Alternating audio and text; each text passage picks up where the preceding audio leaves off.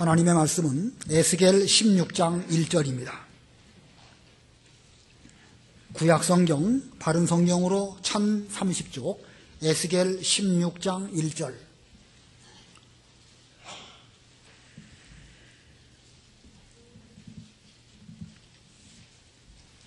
에스겔 16장 1절입니다.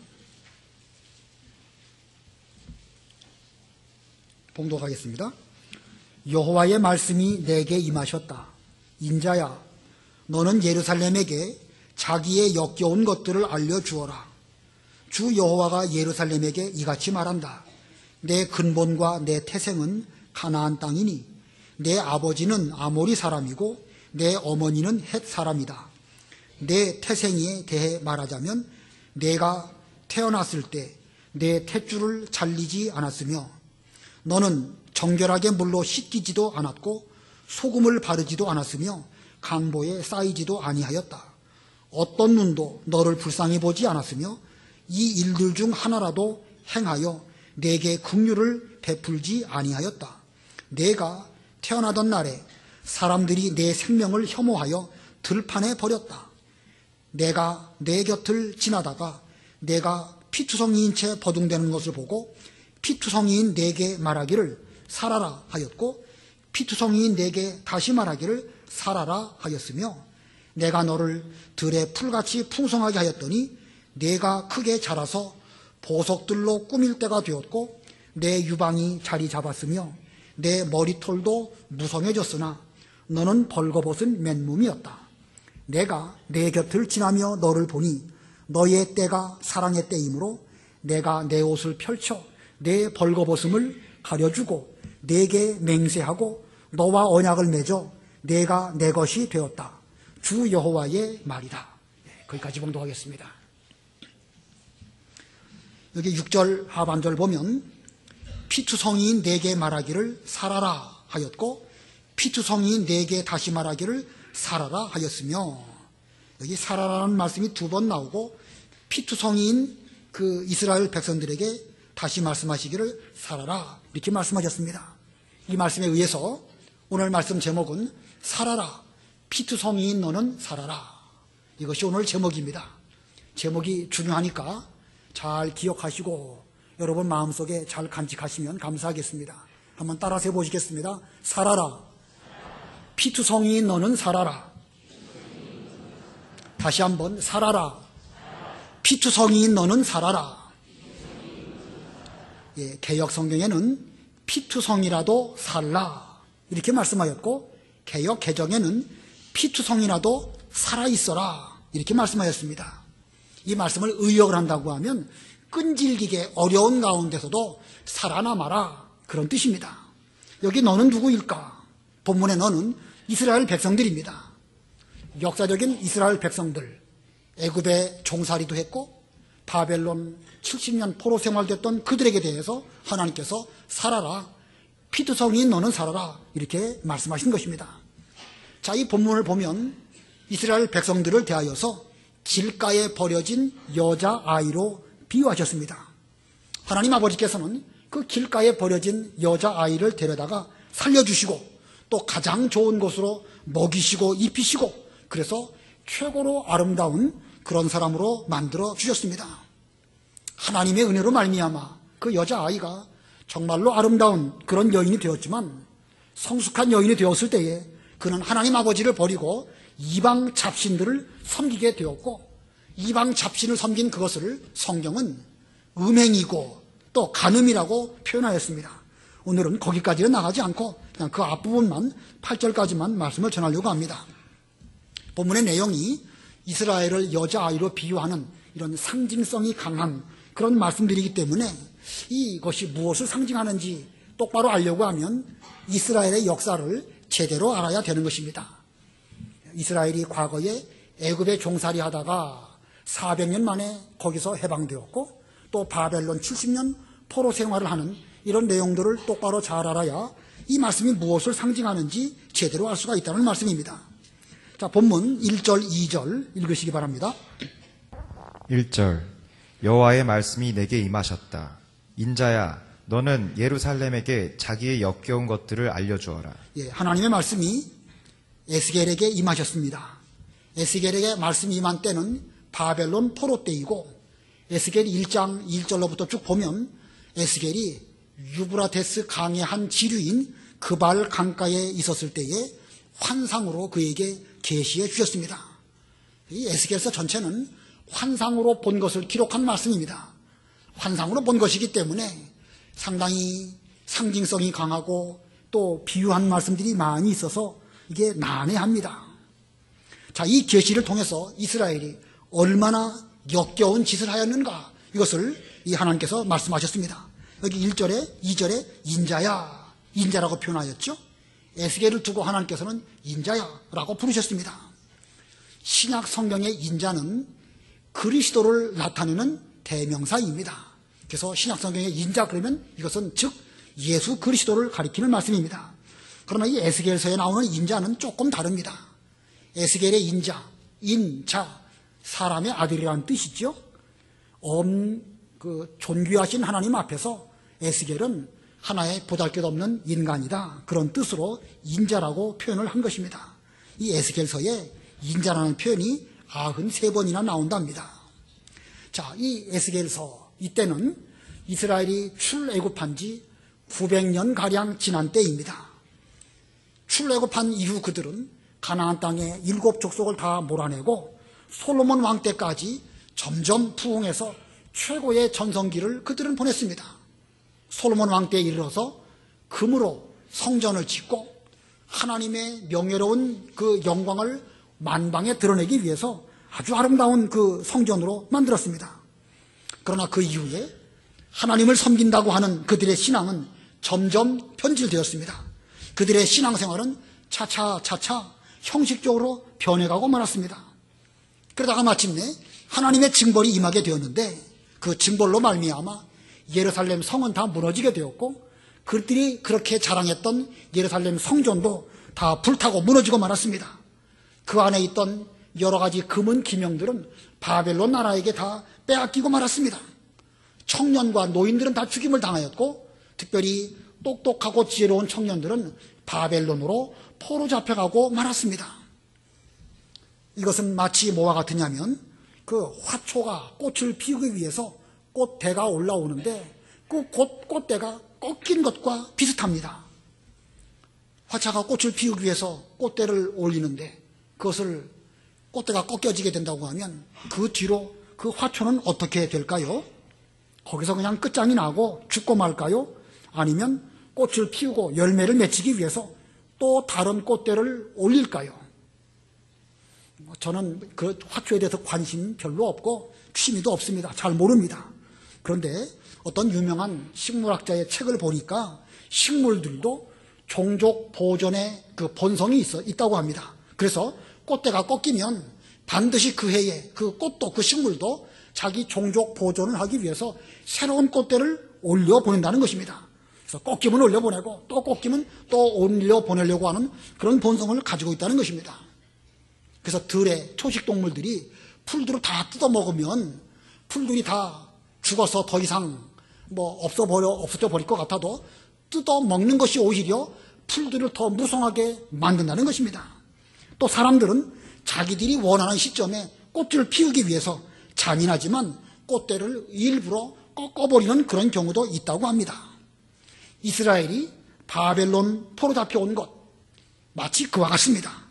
이스라엘이 하나님께서 원하시는 꽃을 피우지 아니하고 자기들의 뜻대로 꽃을 피우고 인간의 방법대로 살려고 하니까 하나님께서는 그들의 꽃대를 사정없이 꺾어버리신 것입니다. 그리고 바벨론 포로 잡혀가게 하셨던 것입니다. 하나님께서 잔인하신가요? 하나님이 인정사정도 없으십니까? 이스라엘 백성들이 어렵게 포로 생활을 할 즈음에 에스겔을 통하여 본문의 말씀으로 계시하십니다. 살아라. 피트성이인 너는 살아라. 살아남아라. 피트성이 일을 할지라도 반드시 살아남도록 하여라. 하나님의 계시의 말씀이고 명령입니다. 포로 생활의 고통 가운데 있지만 하나님의 백성들로서 죽지 말고 살아남기를 원하시는 아버지 하나님의 부르짖으심이 에스겔을 통하여 저들에게 임한 것입니다. 너희가 지금까지는 자기들이 살고 싶은 대로 살려고 했지만 내가 그 너희들의 의지를 꺾어버렸으니까 이제부터는 내가 원하는 대로 하나님 아버지께서 원하시는 그 방법대로 좀 따라서 살아주려무나, 이런 뜻으로 하나님께서는 에스겔을 통하여 말씀하셨습니다. 자, 오늘 본문의 말씀 바로 저와 여러분에게 주신 하나님의 말씀입니다. 우리 모두들도 지나온 날들을 돌아보면 하나님 아버지로부터 얼마나 많은 은혜를 받았는가. 이스라엘 백성들이 솔로몬 성전을 짓고 거기서 기뻐하면서 하나님의 영광을 드러내면서 신앙생활을 잘했던 것처럼 우리들에게도 그 이상으로 많은 은혜를 베풀어 주셨습니다. 하나님의 종들을 세우시고 하나님의 교회를 하나님의 집으로 우리에게 허락해 주시고, 바로 이 장소에서 우리가 지금까지 많은 은혜의 말씀을 들으면서 우리는 자랑하며 기뻐하며 즐거워하면서 신앙생활을 잘해왔습니다.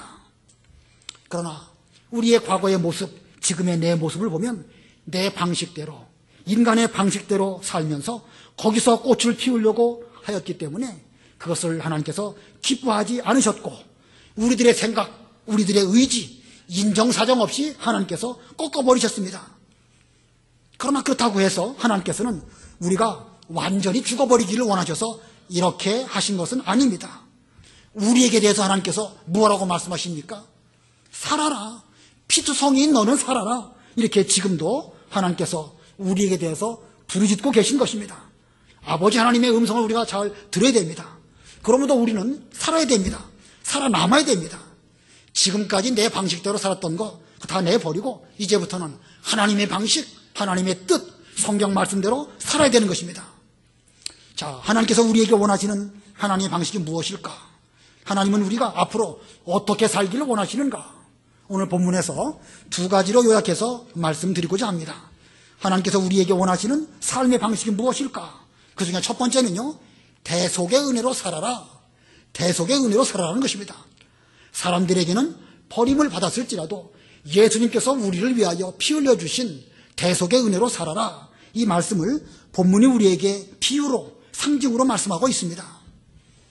이 고대 근동에는 원치 않는 자녀가 태어나면 심지어 내다 버리기도 했다는 것입니다. 모세가 태어났을 때 산의 아이들은 나일 강에 갖다 버리라고 했죠. 다 그런 풍습이 있었기 때문에 그런 명령을 바로가 했던 것입니다.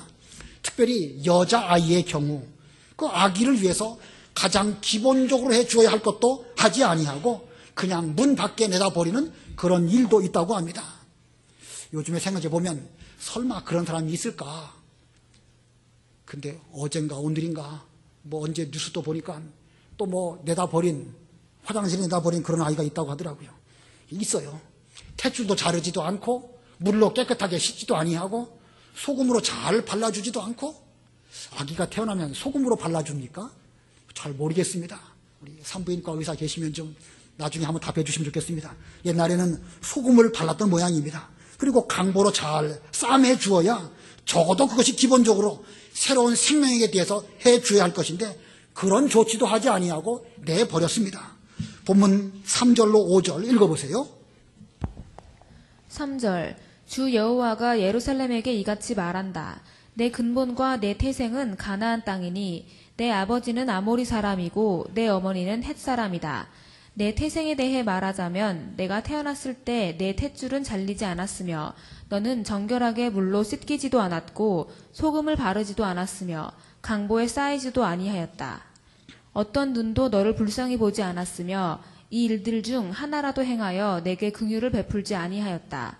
내가 태어나던 날에 사람들이 내 생명을 혐오하여 들판에 버렸다. 예, 본문에 나와 있는 너 이스라엘 백성들을 두고 하신 말씀입니다.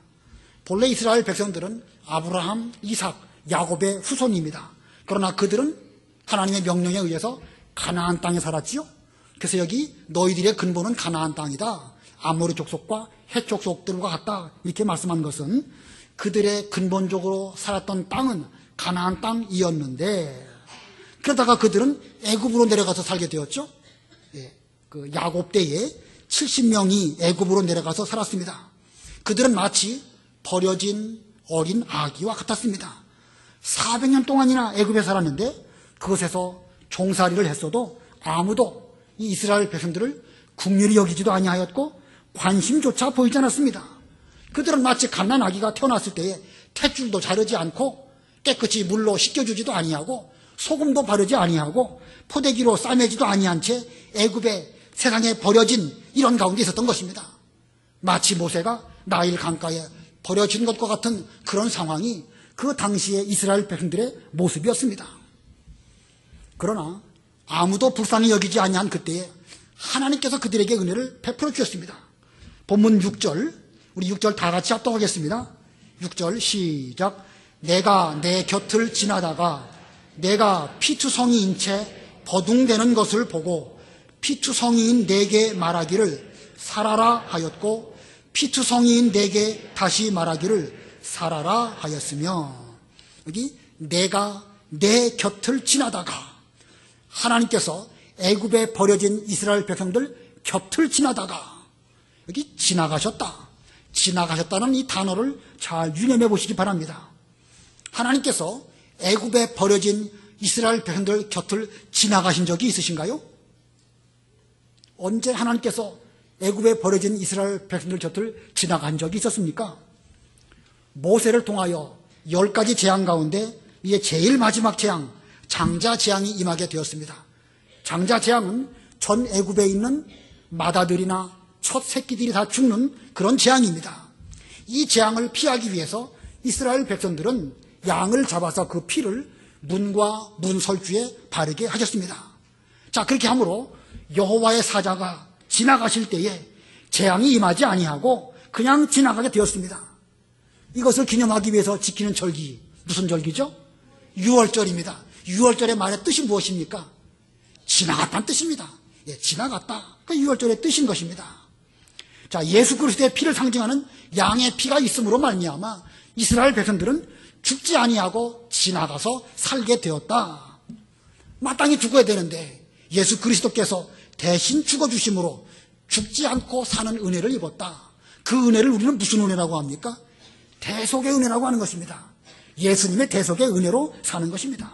본문의 6절에 피투성이인 너는 살아라 라는 말씀은 이스라엘 백성들은 죽어야 하는 그런 인간적인 죄를 여전히 가지고 있지만 예수님의 대속의 은혜를 입었기 때문에 그 대속의 은혜로 말미암아 살아라, 이렇게 하나님께서 명령하셨습니다. 이 같은 이스라엘의 역사는 예수님의 말씀 속에서도 잘 나타나 있습니다. 누가복음 10장을 보면 예루살렘을 떠나서 여리고로 내려가던 사람이 강도를 만나서 피투성이인 채로 거반 죽게 된 상태로 길가에 버려지게 되었습니다. 시름하며 거의 죽어갈 그 즈음에 마침 제사장이 그 곁을 지나가게 되었지만 그 제사장은 그를 긍휼히 여기지 아니하고 피하여 지나갔습니다. 얼마 있다가 레위 사람이 또 지나가게 되었지만 그 역시도 피하여 지나갔습니다. 더 이상 소망이 없을 그 즈음에 사마리아 사람이 마침 그곳을 지나가게 되었죠. 자, 이 사마리아 사람과 강도 만난 그 사람, 무슨 관계가 있나요, 없나요? 아무런 관계가 없습니다.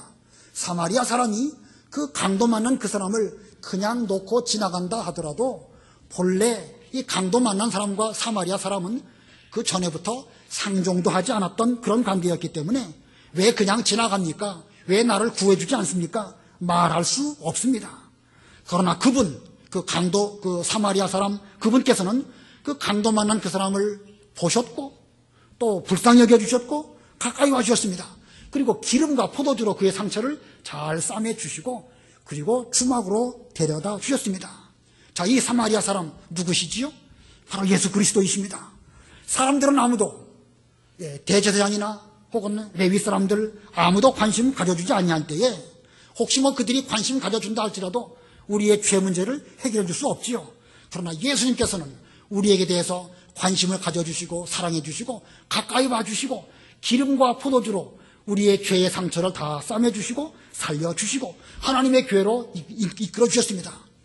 피하여 가지 아니하시고 당신의 십자가 죽으심으로 그 보혈로 말미암아 우리 모든 죄를 다 씻겨주시고 그리고 우리에게 말씀하십니다. 살아라, 피투성이인 너는 살아라. 에스겔 선지자 시대에 이스라엘이 바벨론의 포로 생활을 하였던 것처럼 오늘날 우리들도 이 세상에서 종살이 포로 생활하고 있습니다. 바벨론은 곧 세상을 가리키는 것입니다. 우리가 살고 있는 이 세상 곧 바벨론과 같습니다. 그러면 이 세상을 살아가고 계시는 우리 모두들 무슨 힘으로 세상을 살아가고 있습니까? 여러분 무슨 힘으로 살고 계십니까?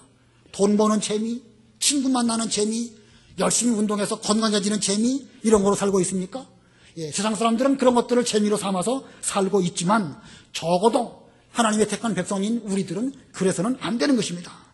하나님의 백성은 예수님의 대속의 은혜로 사는 것입니다. 이스라엘 백성들이 400년 애굽의 포로 생활 가운데서도 그 예수님의 대속의 은혜를 바라보면서 그들은 살았습니다. 바벨론 포로 70년 가운데서도 그들은 그 하나님의 언약을 바라보면서 가나안 땅을 소망하면서 살았습니다. 계속 꽃대가 꺾여지는 것 같은 그런 어려움을 겪었지만 다시 일어나고 또 일어나서 마침내 예수 그리스도를 영접하는 그런 믿음의 길을 걸어갔습니다. 오늘날 우리들도 예수님의 대속의 은혜로 산다고 하면 우리도 얼마든지 이 세상을 견디며 이길 수 있습니다. 바라기는 힘들고 어려워도 좀 견뎌보시기 바랍니다. 바벨론 이 세상 우리는 피할 수 없습니다. 세상을 떠나서 우리가 어디 가서 살겠습니까? 뭐 달나라 가서 살겠습니까? 별나라에 가서 살겠습니까? 우리가 세상 살면서 우리가 겪어야 할 이 멍해, 이 나무 멍해, 이거 피한다고 하면 우리에게 새 멍해가 온다고 말씀하셨습니다. 우리가 지난 주일 배우기에 우리 천국에도 뭐가 있다고 그랬죠? 천국에 뭐가 있다? 힘 빠지네요. 천국에 뭐가 있다고요? 지난 주일에 배웠잖아요. 지상 천국, 이 교회 천국이지만 거기에는 끝이 있다는 거예요. 끝이 있다고. 추수 때 그물로 물고기를 가득 채운 다음에는 그 어부가 바닷가에 앉아서 그 좋은 물고기와 나쁜 물고기를 갈라놓는 그런 끝이 있다는 것입니다. 우리가 하나님의 택한 백성일진데 세상에 살고 있지만 영원 무궁토록 여기 사는 거 아닙니다. 만약 영원 무궁토록 여기 산다고 하면 정말 피하고 그만두고 끝장내고 싶지만 그러나 끝까지 견디는 것이 주께서 우리에게 명령하신 것입니다. 그러므로 나무 멍에 힘들다고 해서 피하지 말고 거기서 잘 견뎌야 됩니다. 바벨론 포로 생활 힘들다고 해서 애굽으로 내려갔던 사람들 다 망하고 말았습니다. 그 바벨론 멍에가 하나님께서 우리에게 매게 하신 멍에일진데 그 멍에를 잘 매라고 한 것이 예레미야를 통해서 주신 말씀이고 또 에스겔서를 통해서 살아라, 피투성이에 너는 살아라 하신 말씀도 바로 그런 뜻입니다. 산 개가 무엇보다 낫다고 그러죠? 죽은 사자보다 낫다고 그랬습니다. 끝까지 살아남은 자가 마침내 승리자라는 뜻입니다. 뭐 남들 보란 듯이 멋지게 살다가 죽으면 멋있게 죽는 것처럼 보여도 결국은 그건 죽은 것입니다. 바벨론 피해서 그냥 어떻게 이거 하지 말고 끝까지 살아서 남은 자가 되라는 말씀입니다. 아무튼 우리는 끝까지 견디고 살아남아야 됩니다. 예수님 말씀하시기를 끝까지 견디는 자는 무엇을 얻으리라? 구원을 얻으리라. 끝까지 견디면 구원을 얻는다고 했습니다. 자, 사람에게 버림을 당했다 할지라도 끝까지 견디면 예수님은 결코 우리를 버리시지 않습니다. 우리에게 찾아오셔서 피투성이에 너는 살아라 이렇게 말씀하실 것입니다. 여러분들이 현재 여러분의 모습을 스스로 볼 때에 지금 혹시 꽃대가 꺾인 것 같은 그런 상태라 할지라도 앞으로 아름다운 꽃을 피울 그런 소망을 가지시고 끝까지 살아남으시는 여러분들이 다 되시기를 바랍니다. 그 다음에 두 번째로 우리는 어떻게 살아야 되는가? 바벨론을 사는 우리는 어떻게 살아야 되는가? 그리스도의 옷을 입고 살아야 합니다. 그리스도의 옷을 입고 살아라. 역사적으로 이스라엘이 애굽에서 구원받았다 할지라도 그들은 아직도 부끄러운 것이 많이 있습니다. 그들은 하나님의 은혜로 구원받긴 받았지만 그들은 들의 풀이 무성한 것처럼 많은 그 숫자를 이루기는 이루었지만 아직도 벌거벗은 것 같은 맨몸이었습니다. 자, 애굽에서 구원받은 이스라엘 백성들 구원받긴 받았지요. 그러나 그들이 광야 지나면서 얼마나 많은 부끄러운 일들을 많이 했습니까? 그래서 하나님께서는 그들에게 어떻게 해주셨는가? 본문 7절과 8절 읽어보셔요. 7절 8절 7절 내가 너를 들의 풀같이 풍성하게 하였더니 내가 크게 자라서 보석들로 꾸밀 때가 되었고 내 유방이 자리 잡았으며 내 머리털도 무성해졌으나 너는 벌거벗은 맨몸이었다. 내가 내 곁을 지나며 너를 보니 너의 때가 사랑의 때이므로 내가 내 옷을 펼쳐 내 벌거벗음을 가려주고 내게 맹세하고 너와 언약을 맺어 내가 내 것이 되었다. 예. 자, 구원받아서 살기는 살았지만 이스라엘 백성들이 애굽에서 나오긴 나왔지만 여전히 벌거벗은 맨몸, 부끄러운 몸을 가지고 있었습니다. 그래서 하나님께서는 그들의 부끄러움을 가려주시려고 내가 내 옷을 펼쳐 내 벌거벗음을 가려주고, 여기 내 옷, 누구의 옷입니까? 하나님의 옷입니다. 그리고 무엇을 상징하지요? 예수 그리스도의 의의 옷을 상징하는 것입니다. 자, 이스라엘 백성들 몸에서는 비록 구원을 받기는 받았지만 여전히 피냄새가 나고 죄를 가지고 있습니다. 더러워졌기 때문에 아무도 그 곁에 가까이 가려고 하기를 꺼려했지만 하나님께서는 그들을 불쌍히 여기셔서 하나님의 옷으로 덮어서 그들의 부끄러움을 가려주셨습니다. 욥기에 보면 하나님의 심판대 앞에 욥이 서 있고 사탄이 욥에 대해서 송사를 합니다. 스가랴서에도 보면 대제사장 여호수아에 대해서 사탄이 그 스가랴에 대해서 송사를 합니다. 과거의 죄를 들춰내면서 정죄하면서 네까지 것들이 무슨 하나님의 백성이냐, 무슨 하나님의 백성이 저렇게 죄를 많이 짓느냐, 이렇게 그들에게 대해서 송사를 하지만 그러나 그때 하나님께서는 그들에게 그리스도의 옷을 입혀주시라고 명령하셨습니다. 스가랴를 보겠습니다. 스가랴 3장 1절로 5절. 스가랴 3장 1절로 5절. 스가랴 3장 1절. 여호와께서 그분의 천사 앞에 서 있는 대제사장 여호수아를 내게 보여주셨고 사탄은 그의 오른편에 서서 여호수아를 대적하고 있었다. 여호와께서 사탄에게 말씀하시기를 사탄아, 여호와가 너를 책망한다. 예루살렘을 선택한 여호와가 너를 책망한다. 이 사람은 불에서 꺼낸 그슬린 나무 토막이 아니냐라고 하실 때 여호수아가 더러운 옷을 입고 그 천사 앞에 서 있었다.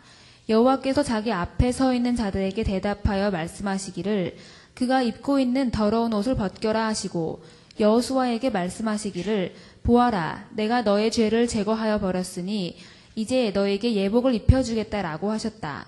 그때 내가 말하기를 그의 머리에 정결한 관을 씌우게 하소서라고 하니 그들이 그의 머리에 정결한 관을 씌우고 옷을 입혔으며 여호와의 천사는 곁에 서 있었다. 예, 지금 이 모습은요, 하나님의 법정을 보여준 모습입니다. 여호와의 법정이 있고 사탄이 그 검사로서 송사를 합니다. 여호수아는 죄가 많은 사람입니다. 어떻게 그를 의인이라고 말할 수 있습니까? 근데 여호수아가 서 있고 그 여호수아 옆에 또 한 천사가 있었습니다. 여호수아 옆에 서 있는 그 천사, 곧 예수 그리스도를 상징하는 그런 표현입니다. 우리의 대언자가 되시고 변호사가 되셔가지고 주께서 그 곁에 서서 비록 여호수아는 인간적으로 죄인이라 할지라도 내가 그를 위하여 십자가에 죽었습니다. 그러므로 그는 이제부터는 죄인이 아니고 의인입니다. 그의 모든 죄가는 이미 예수님의 십자가로 말미암아 다 용서를 받았습니다. 이렇게 변호사인 예수님께서 우리를 대언해서 말씀해 주실 때에 하나님 말씀하시기를 그가 입고 있는 더러운 옷을 벗겨라. 그리고 그에게 예벽을 입혀주어라. 이렇게 명령하셨습니다. 자, 하나님은 이스라엘 백성들을 애굽에서 이끌어내시고 또 여러 가지 구원을 베풀어 주셨지만 이제 그들에게 여전히 있는 그 부끄러움을 가려주시기 위해서 그리스도의 의의 옷을 입혀주셨습니다. 너희는 더 이상 죄인이 아니고 이제부터는 의인이다 라고 선언하셨습니다. 하나님의 법정에서 우리를 두고 너희들은 죄인이 아니고 의인이다. 이것을 우리는 조직신학적인 용어로 칭의라고 합니다. 일컫는다는 의미의 칭, 또 옳다라는 의, 칭의. 비록 우리는 우리 스스로 볼 때도 부끄러운 것이 많이 있는 죄인이지만 예수 그리스도의 의의 옷을 입은 이상은 모든 죄를 다 주님으로 말미암아 이미 다 대신 대형을 받으셨기 때문에 더 이상 죄인이 아니고 의인입니다. 이것은 하나님께서 의사봉을 두드리시면서 너는 의인이라고 선언하신 것입니다. 하나님께서 우리를 의롭다고 하셨으니까 이제 사탄이 더 이상 우리에게 대해서 너는 죄인이다 말할 수 없습니다. 우리는 하나님의 심판대 앞에 나아갈 때에 이제는 당당하게 나아갑니다. 당당하게라는 말의 뜻 가운데는 뻔뻔하게라는 말도 있습니다. 좀 뻔뻔하지요. 이 죄인인데 어떻게 뻔뻔스럽게 하나님 앞에 나아가면서 나는 의인입니다 말할 수 있겠습니까? 인간적으로는 그럴 수 없지만 하나님이 내신 도리, 예수 그리스도의 십자가의 도리, 그 의의 옷을 입었을 때에는 좀 뻔뻔해 보이지만 우리는 당당하게 하나님께 나아갈 수 있는 것입니다. 사탄이 구약시대에 욥에 대해서 송사하고 스가랴에 대해서 송사한 것처럼 지금도 우리에게 대해서 너 같은 것들이 무슨 교인이냐, 너 같은 것들이 무슨 과거의 은혜를 받았다고 어디 가서 무슨 명륜교회 교인이라고 말할 수 있겠느냐. 혹시 그렇게 우리에게 대해서 말할 수 있을지 모르겠습니다. 예, 사실 우리가 볼 때에 우리는 부끄러운 것이 많이 있습니다. 그러나 만일 이때에 우리가 믿음이 없다고 하면 아마 한마디도 대답하지 못할 것입니다. 그러나 성경 원리를 알고 지혜로운 성도라고 한다면 이 8절의 말씀을 기억하면서 우리에게는 예수 그리스도의 의의 옷이 있습니다. 그 옷을 가지고 덧입어서 하나님 심판대 앞에 나아갈 때 좀 뻔뻔하게 보일지 몰라도 우리는 당당하게 나아갈 수 있는 이런 자격을 갖춘 것입니다. 오늘 본문 8절 의미를 생각해 보면서 다시 한번 다 같이 합독하겠습니다. 에스겔 16장 8절입니다. 시작. 내가 내 곁을 지나며 너를 보니 너의 때가 사랑의 때이므로 내가 내 옷을 펼쳐 내 벌거벗음을 가려주고 내게 맹세하고 너와 언약을 맺어 내가 내 것이 되었다. 주 여호와의 말이다. 사람은 옷 한 벌만 좋은 거 입어도 참 기분이 좋습니다. 옷이 날개라고 하지요. 그러나 어떤 옷을 입는다 할지라도 우리의 부끄러운 죄를 가릴 수는 없습니다. 그러나 하나님께서는 예수 그리스도의 옷, 그것을 펼쳐서 우리도 입게 해주셨습니다. 우리의 벌거벗은 수치를 다 가려주셨습니다. 이제는 더 이상 우리는 부끄럽지 아니할 뿐만 아니라 사탄이 우리에게 대해서 더 이상 정죄할 수 없습니다. 우리의 과거와 현재와 미래의 모든 죄는 예수님의 십자가를 믿는 그 순간 일시에 다 용서를 받은 것입니다. 여러분들은 이미 그리스도의 의의 옷을 입으셨습니다. 더 이상 부끄러워하지 말고 이제는 당당하시기 바랍니다. 누가 우리를 정죄할지라도 우리를 의롭다 하신 분은 하나님이시기 때문에 우리는 그런 말에 대해서 더 이상 귀 기울여 듣지 말고 당당하게 하나님께 나아가시는 여러분들이 되어야 되겠고, 이 세상을 살아갈 때에도 의로운 사람으로서 의롭게 사시고 이제 이미 의를 이루긴 이뤘지만 점점 더 의로운 쪽으로 나아가도록 의에서 의로 또 의에서 또 의로 하나님이 완전하신 것처럼 점점 완전하신 그 길로 잘 걸어가시는 여러분들이 다 되시기를 바랍니다. 오늘 제목이 뭐였죠? 제목 하나만 잘 기억해도 됩니다. 살아라. 피투성이인 너는 살아라. 예, 살아라. 피투성이인 너는 살아라. 우리는 이 세상을 살아갈 때 바빌론과 같은 이 세상을 살아갈 때 어떻게 살아가야 되는가? 예수님의 대속의 은혜로 살고 예수님의 그리스도의 의의 옷을 입고 살아가시는 여러분들이 다 되시기를 바랍니다. 말씀을 생각하시면서 잠깐 동안 기도하시기 바랍니다.